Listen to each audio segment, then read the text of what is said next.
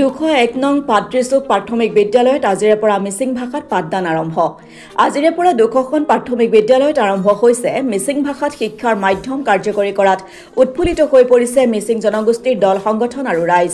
সমান্তৰালভাৱে ঢকুৱাখনা সমজিলাৰ 201 নং পাত্ৰিচুক প্ৰাথমিক বিদ্যালয়তো আৰম্ভ হৈছে শিক্ষাদান।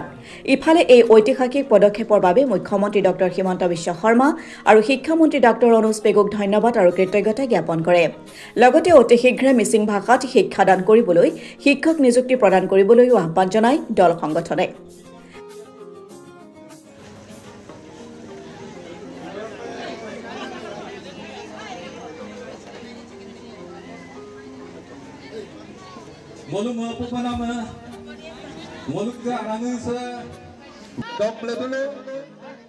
আৰু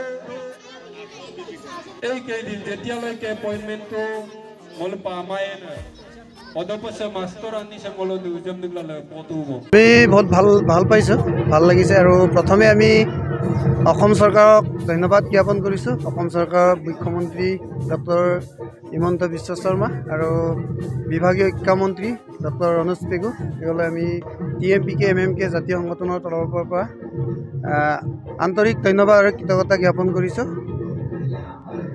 আৰু আমি আশা কৰিছোঁ আমাৰ যিটো এবাৰ ক শ্ৰেণীৰ পৰা প্ৰথম শ্ৰেণীলৈকে আৰম্ভ হ'ব, পিছৰ পৰ্যায়তো আমি যাতে ইউনিভাৰ্চিটি লেভেললৈ লৈ যাব পাৰোঁ, তাৰ কাৰণে আমি যি ব্যৱস্থা অসম চৰকাৰে নিশ্চিতভাৱে গ্ৰহণ কৰিব বুলি আমি আশাবাদী।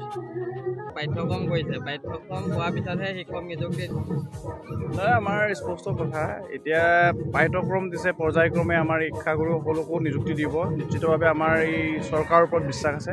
গতিকে পৰৱৰ্তী সময়ত চৰকাৰৰ যিটো সিদ্ধান্ত, এই সিদ্ধান্তক আমি মানিব লাগিব বা অপেক্ষা কৰিব লাগিব। যদি শিক্ষক দিয়া প্ৰচেছটো কেনেকুৱা হ'ব, চৰকাৰৰ নিশ্চিতভাৱে পৰিকল্পনা আছে চাগে।